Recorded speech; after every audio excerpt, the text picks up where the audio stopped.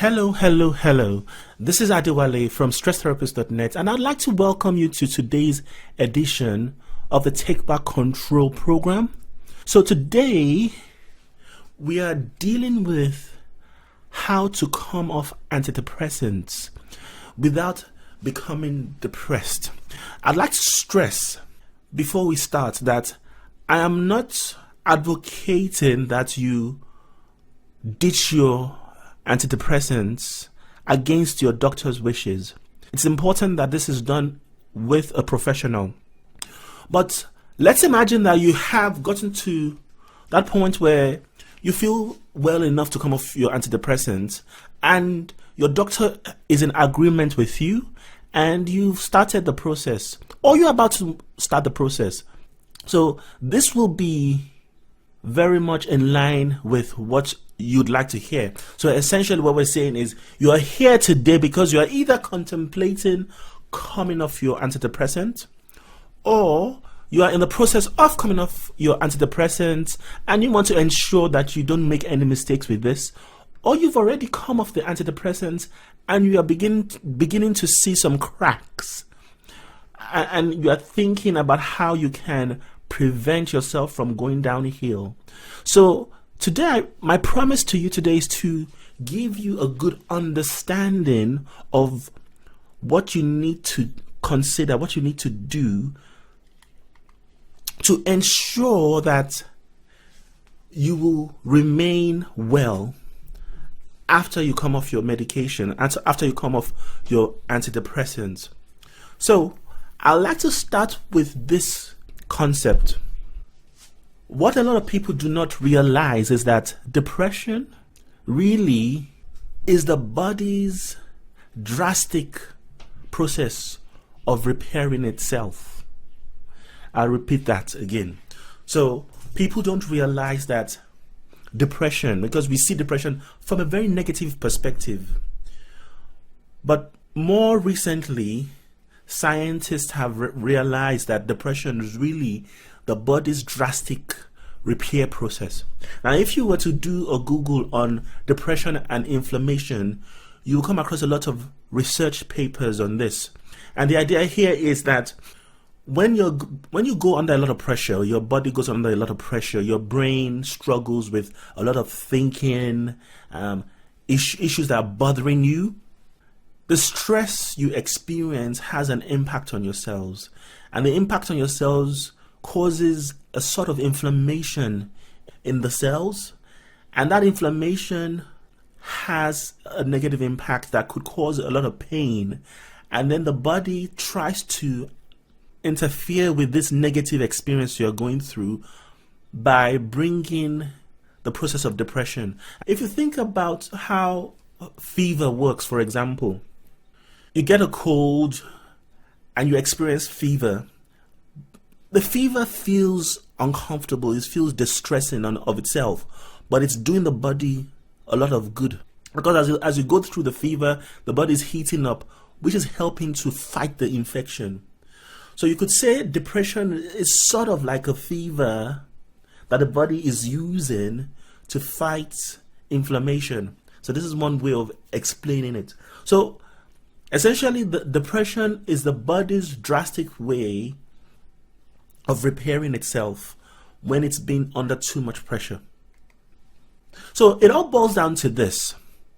If you can engineer things in your life in such a way that you experience, your body needs to repair itself less, or your body doesn't go into this drastic self-healing process too often, you will also naturally experience less depression. I'd say that again because I think this is important.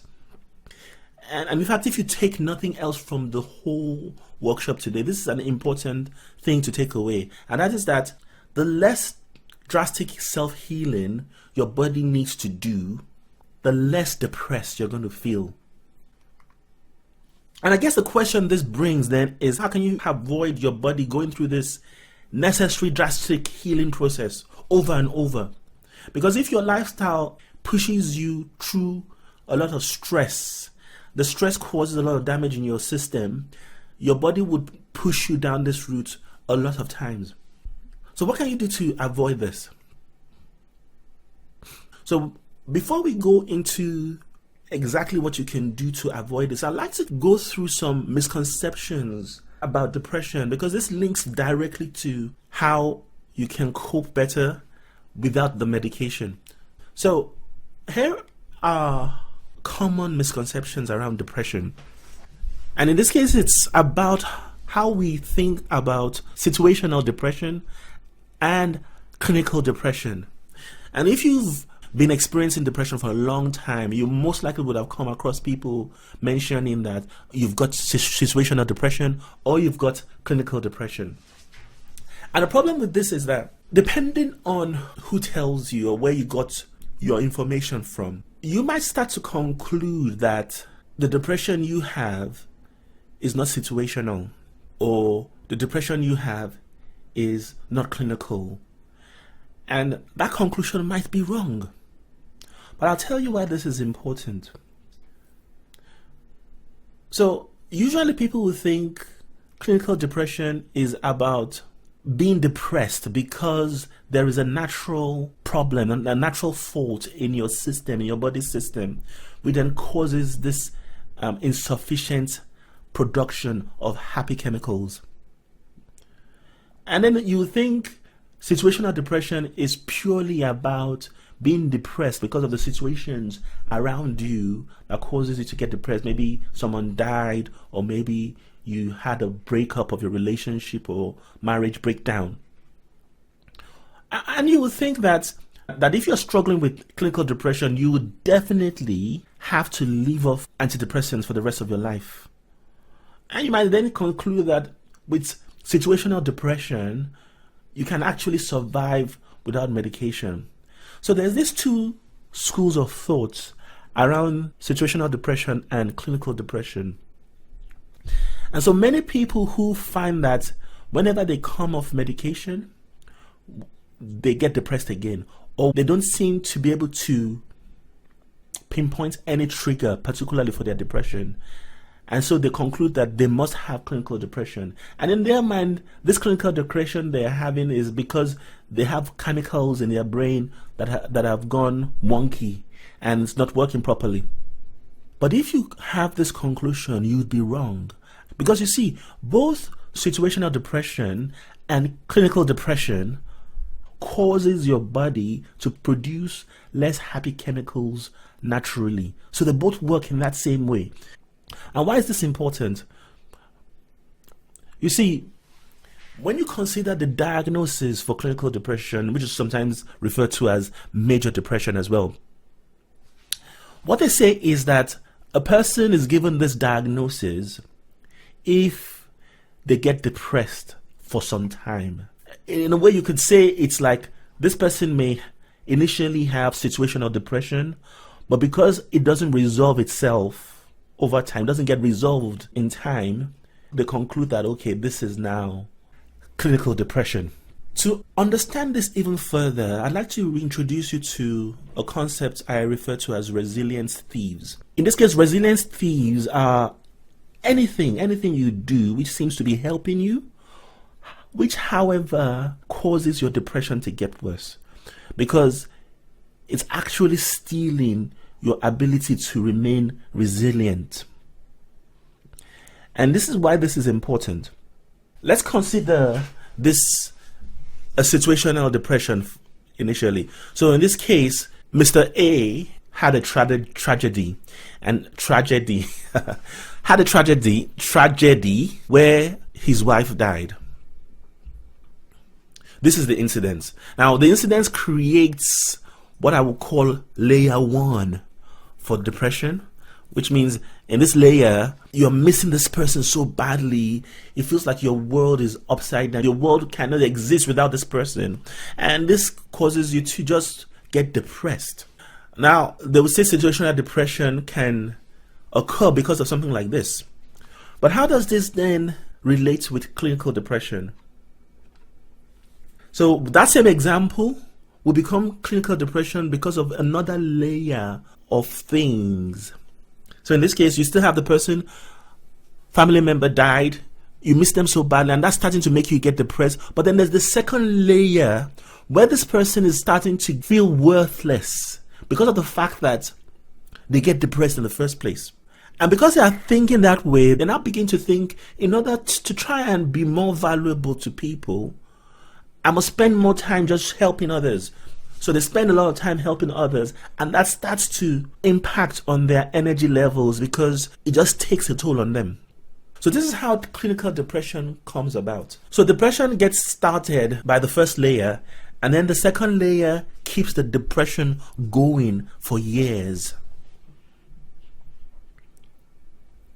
Now, if you introduce antidepressants into the situation now, so antidepressants come and makes it easy to cope with the situation that triggered the depressive experience. Makes it easy, sort of put a coat over the feeling of depression, so that this sense of worthlessness about depression is not so prevalent to the person. And you kind of experience this as you having space in your head to think a bit clearer. You might feel your feelings dumbed down, but then at the same time you feel that you can be a bit more functional than you were before you took the antidepressant. But then there's still this background sense that I am that type of person that can get depressed.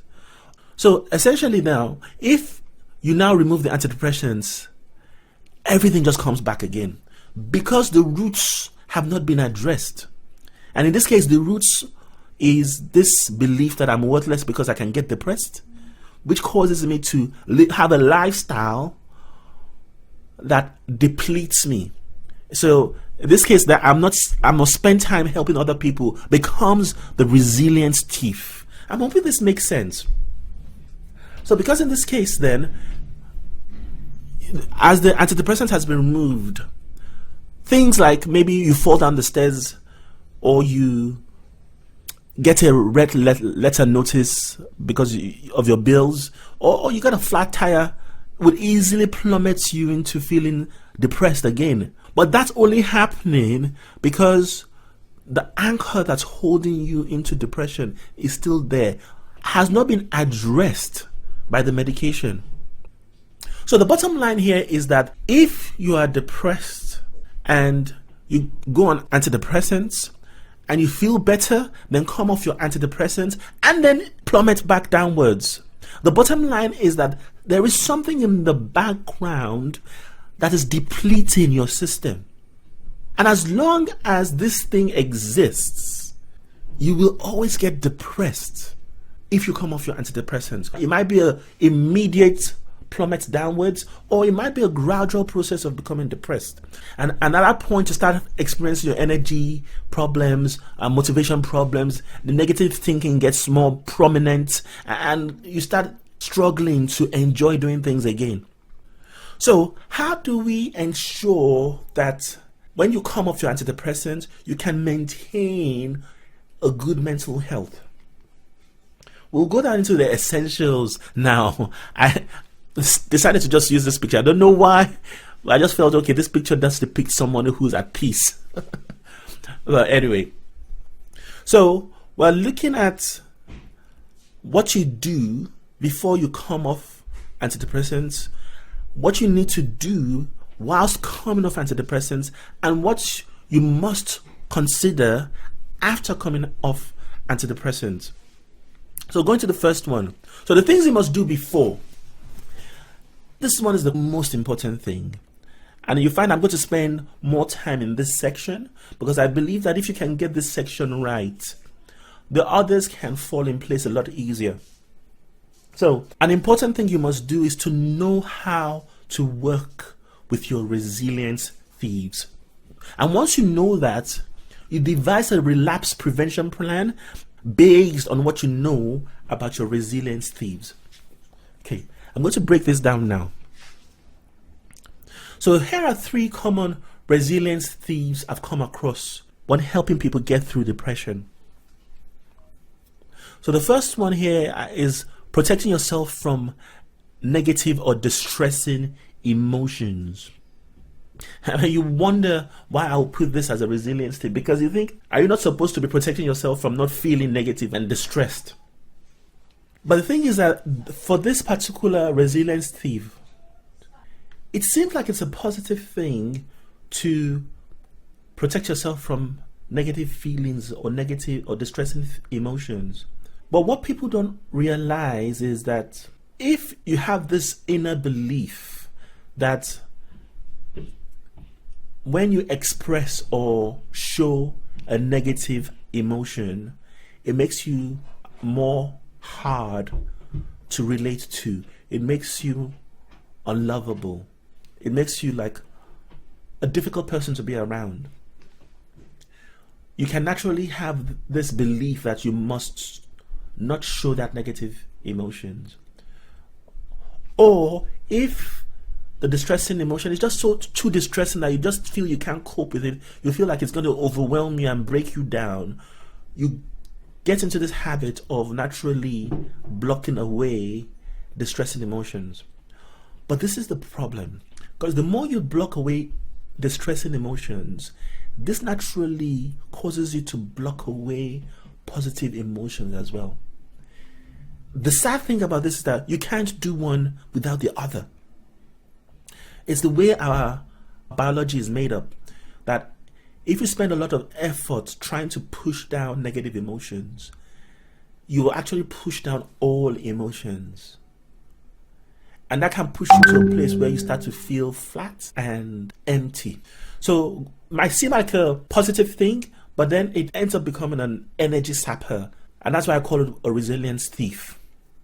So the second one here on this list is the tendency to protect yourself from positive emotions. Now, this is like the exact opposite of the first one. But what will make a person want to protect themselves from positive emotions?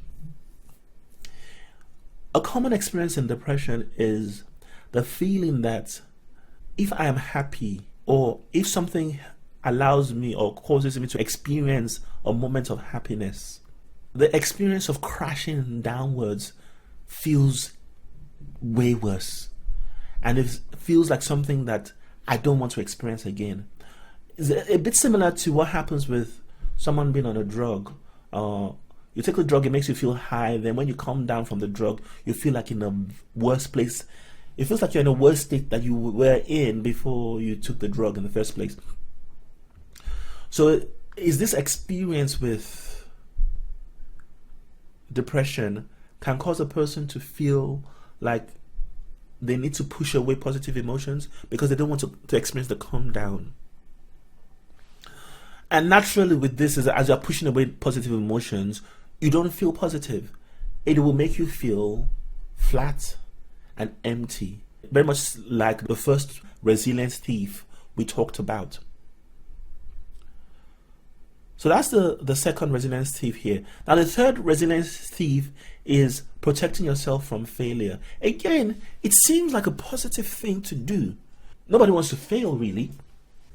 Unfortunately, though, the belief system underneath this resilience thief is that you see your self value in terms of your achievements, in terms of the success you experience. So if you don't succeed, your self-value plummets. If you don't achieve, your self-value plummets. And so you do so much, you put so much effort into trying to avoid yourself from failing, because it feels like failure feels heavier than the failure itself, if that makes sense. So the problem with these resilience tips, as I said, is that if you were to do nothing about them and go on medication does what it usually does what it does, which is to make you feel happier, and it sort of clouds away all the negativity. So, and then you feel, oh, I'm in a better place now. I can stop the medication. You stop the medication, but these resilience thieves are still there. They're still there, and they naturally start to put pressure on you. And the more they pile pressure on you, eventually you go downhill into depression. So what we will do is and again, we're still dealing with the things you need to ensure you do before coming off antidepressants, if you are planning to come off antidepressants. So the simple system for tackling your resilience thieves is to do the opposite or alternative thing to what you usually do with that particular resilience thief. Okay, so let's explain that with these 3 examples. So the first one, which was to block yourself off from experiencing negative or distressing feelings. Like we said, this naturally blocks off emotions and makes you feel flat. So the opposite and alternative thing you'll be doing to this is to practice exposing yourself to negative emotions. And ironically, this makes you start to feel positive emotions as well. It's a very strange thing. So as you're allowing yourself to experience more negative emotions, just kind of exposing yourself to negative emotions, this creates an ability to be able to experience positive things too. And it's something I find with many clients who have this particular resilience thief. They suddenly start realizing that their efforts to block away negativity was where the problem was. And the less they did that, the more they can actually feel happy. And when they can feel happy, naturally depression becomes non-existent. So that's the first one. So the second one, which we said, was to protect yourself. When you protect yourself from positive emotions, naturally you know that if I'm trying to not feel positive emotions, I will naturally feel depressed. And so if now I start to allow myself to feel positive emotions, naturally that makes me feel happier. But there's a point to highlight here. If this is a resilience thief you struggle with, it's going to be very threatening. It's going to be very threatening because over time you have learned to use this as your safety net. In a sense, it's better to not feel anything than to feel happy and then be disappointed again. So it's going to feel threatening to allow yourself to feel the positive experiences. And how do you go about feeling the positive experiences? It's by actually looking at the things that are positive in your life and acknowledging them and starting to highlight them as good things. Won't be able to go into the exact details from here today because it will make the workshop way too long. But just take this concept in mind. The idea here is to move closer towards allowing yourself to enjoy positive, experience positive emotions. Okay, so the third one, which was to protect yourself from failure.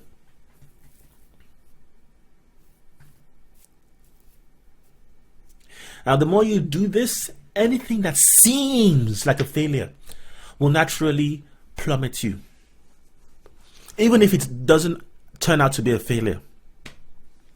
So what's the opposite or alternative action to this? That will be to practice allowing yourself to move towards failure more often. And there is a common saying that the fastest way to succeed in life is to fail faster. So you allow yourself to experience many, many failures. And I've been practicing this a lot in my own life as well. Just to actually use failure as an experiment towards success. So the more I fail at things, the more I know what not to do. And this actually enables me to be better. So in this case, we're using failure as something to expose yourself to. And the more you expose yourself to failure, you get desensitized to it. And so failure, the threat of failure just dissipates. The link, the association between failure and your value and your self-value gets destroyed. And again, in this way, in the same, like the other resilience thieves, once this gets destroyed, depression becomes non-existent. Now, as a point I must highlight here, I've only hinted on 3 resilience tips. There's quite a lot of them. If you've been on my website, I've said this a lot in a lot of the workshops, there is a article called 36 Positive Habits that crank up your anxiety and depression. This kind of lists 36 things that are really resilience thieves. Things that they seem positive, but they steal your resiliency underneath. So what you can do is to go through that list and figure out which ones are your resilience thieves, and then you follow the process like we've just done here. So once you understand what your resilience thieves are, we move to the next thing, which is creating your relapse prevention plan. Because once you've worked with your resilience thieves, you've noticed that whenever you reduce your reliance on those resilience thieves, your moods improved, your moods feel easier to sustain. Your relapse prevention plan is then to just list what your resilience thieves are, and then to write out a description of what you did in order to deal with that resilience thief.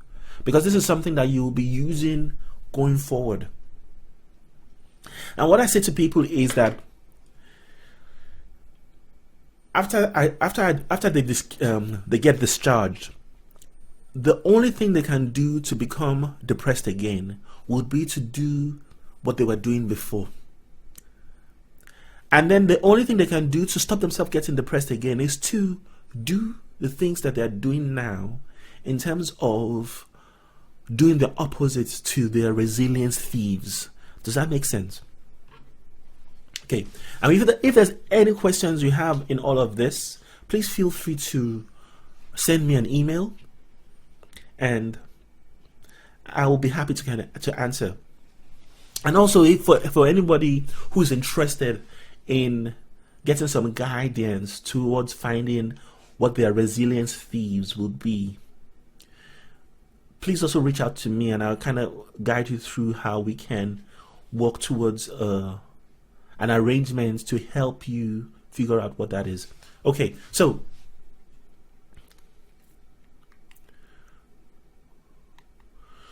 we've dealt with things you must consider before actually coming off your antidepressants, and that is becoming very conversant with your resilience thief, because that's the thing that's going to sap your energy, sap your motivation, make you become depressed again once you come off the medication. Now, the things you must do whilst coming off the medication. So these are some of the things that some people know already, but just to help for those who don't know already,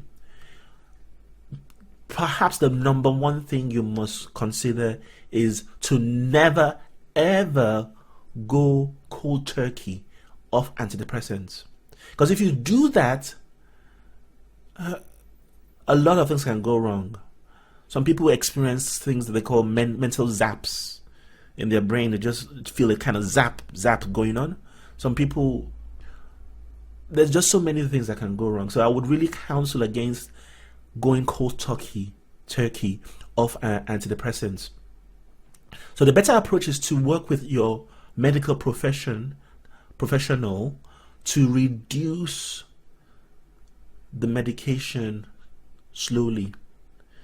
For example, if you are taking 250, they'll probably cut it down to 200 to maybe 225 to 200 to 175. And they just kind of titrate it down slowly. Now, whilst you are doing that, it's important to start to practice a sense of your tolerance to negative thoughts and feelings. And I'll explain why I say that now. You see, when you are coming off medication, you would start to notice your sensations that were kind of dulled off with the medication coming back. And once that starts to happen, chances are that you feel the negative feelings, the negative thoughts will feel much stronger.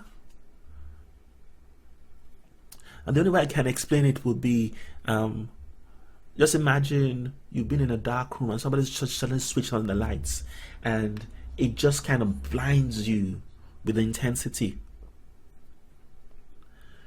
Your feelings are going to start to come back. Those dulled up feelings are going to start to come back. And that can be quite shocking.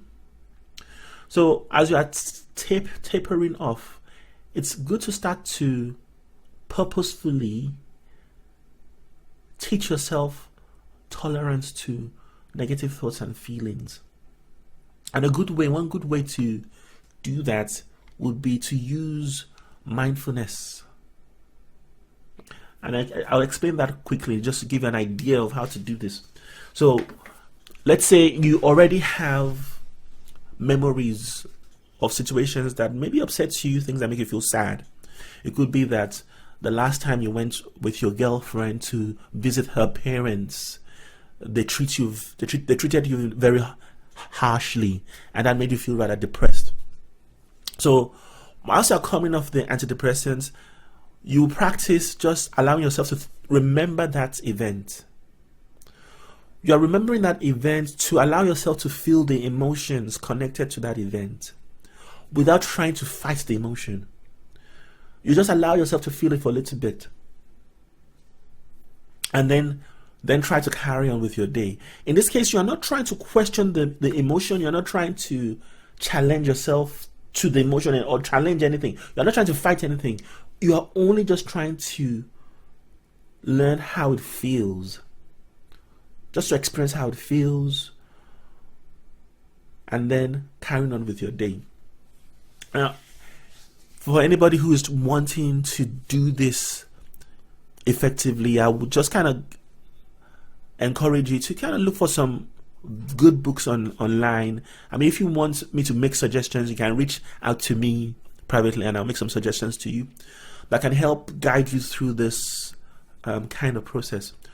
So if you can do it, this is not a must, but if you can do it, it helps you to gradually come back down into the world of no antidepressants with that ability to be able to tolerate pain, to be able to tolerate the stress. So when something happens, you don't feel too raw about it. You don't feel too emotional about it because you've practiced that. You practice kind of tolerating that as your medication has been tapered downwards. So this can be something that could give you a very strong upper hand in being able to cope with emotions and not breaking down again once the medication has been stopped. As we're saying, these are things to do whilst coming off.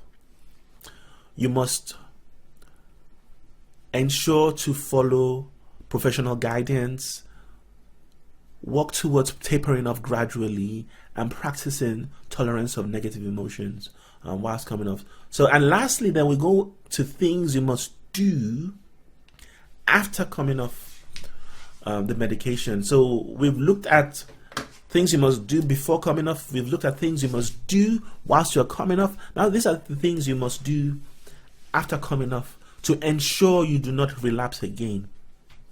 This first one is so crucial. And it's the first thing that nobody does. And often wonder why they relapse. Because if you think about it, if you had a business where you had no meetings with the heads of departments, everything was just allowed to just flow, right? What's going to happen to that business? It's going to break down. The truth is that you are in a business of living your life. It's a business. And if you don't meet with yourself to understand where things are at, understand where things should be going, you're going to just do things haphazardly with regards to your health. So this weekly meeting with yourself is something that I would greatly encourage you to do. And it's quite similar to when the clients actually come to see me on a weekly basis. They come to see me, I'll sort of check a few things with them to know where they are at, and then that gives me an idea of knowing what they need to work on to keep the progress going. So here are a few points to consider. When you're meeting with yourself, ask yourself how the previous week was, right? And did you experience any stresses which pressed down on you? And in the previous week, did any of your resilience thieves raise their heads? So did you become maybe more protective of your emotions again, or did you become more giving of your time, overgiving of your time because you felt you were not worthy? So you consider all of these and decide if you need to carry on with with the things you're doing because you could see that it's all working, or pinpoint things you can improve. Now, it's important that you should not make this an exercise of self-beating, self-flagellation. You don't want it to be something that you're using to criticize yourself. You are using this as a process of growth to know this is where I am at now. That's where I'm wanting to go, and what will help me move closer to that. It's a process of learning, and in this case, what you are learning is yourself, emotional management. And so we do this weekly initially, and what happens there eventually is that you start to internalize these questions, and it becomes something you do regularly without even thinking about it. And once that happens, you don't have to do it weekly anymore. It's melded into your lifestyle. And the whole approach that we've covered over the session today gets melded into your lifestyle. And as that happens, you begin to find that you can actually survive without needing antidepressants. So, as I said, this is a very, very important point, the meeting you must have with yourself. So, in addition to this meeting you must have with yourself, it's important to maintain a good balanced diet, And why am I saying this? If you think about your body is an engine. It's an engine that needs to be replenished. Because if you think about it for a second, let's say you didn't do anything. All you just did was lie down in bed and not eat at all. You didn't move your body, you didn't do anything. Would you still lose weight? What's going to happen is your body will start to eat itself. And that's why some people do intermittent fasting as a means of trying to drop down in weight. Your body will start to eat itself. Because if you're not putting resources in, it's going to try and find resources from somewhere. If the resources you are putting in is not balanced, certain things are going to be missing that your body needs to use to repair itself. And if that's not present, it's going to be easy to start to go downhill again. So balanced diet is a must. Then, as you are doing all of that, don't forget to have fun. Don't forget to have fun. Don't forget to relax. Don't forget to rest. Exercise is a good one that a lot of people get into. It's good to get into exercise, but be careful that exercise itself doesn't become a resilience thief on its own, because some people can get so obsessive with the exercise that it becomes a chore that put pressure on them and actually can start to cause them to get depressed. So just be mindful of that one. So resting, relaxing, doing your hobbies, socializing, these are things that are essential towards also keeping yourself well. And that brings us to the end of our workshop. But to conclude the workshop, I would like to leave you with a checklist that I promised. So this is the checklist now, is going through all the things that we've been through today. So how do you come off antidepressant without risking getting depressed again? First of all, you've got to know what your resilience thieves are. And I've explained that in depth today. And when you know what your resilience thieves are, you've got to do the opposite or the alternative action to what your resilience thieves make you do. Now, I say alternative because sometimes the opposites won't make sense, but you've got to change it somehow. And keep experimenting with that change until you find the one that helps to actually bring the pressure down. And once you understand what you need to do to keep your resilience thieves on the check, you develop your relapse prevention plan, because this plan is a thing that you're going to go back to over and over to know, okay, I'm starting to feel depression again. Okay, what's my relapse prevention plan? You pull it out, you look at the things you need to be doing, and you check yourself for the things that you're doing. And most likely what's going to happen is that you will notice that you started to use your resilience thieves again, and that's starting to deplete you. So you stop and you start to do the opposite again, right? So after you've done your relapse prevention plan and you are beginning to now reduce the antidepressants, it's important to do that with guidance of a doctor and to do that slowly. Your doctor would usually encourage you to do it slowly anyway, because doing it fast will put your body in a shock, right? So then you learn as you are slowly titrating the medication downwards. You use that as an opportunity to learn to tolerate the negative emotions that you're beginning to feel more of as the medication is coming out of your system. Then after you've come off the medication, you practice meeting yourself with yourself weekly, and in this meeting you are following those 4 questions that I highlighted earlier on to determine where you're at and to figure out how to move forward and how to keep yourself well. And whilst you're doing all of that, you're maintaining your balanced diet consistently and making sure that you don't take this thing all so serious that you don't have any fun with your life anymore. The fun and the exercise and the relaxation, this is quite important, because when you have a life that is boring, monotonous, doing the same thing, maybe just work, chores, pain, it just gets depressing. Of its own can get just depressing, right? But when you have things to look forward to, when you have things to plan towards, things that bring you joy, things that bring you enjoyment, that helps to make life beautiful. So following this this checklist. So following this checklist that I've put down here, you'll find that you can maintain a good mental well-being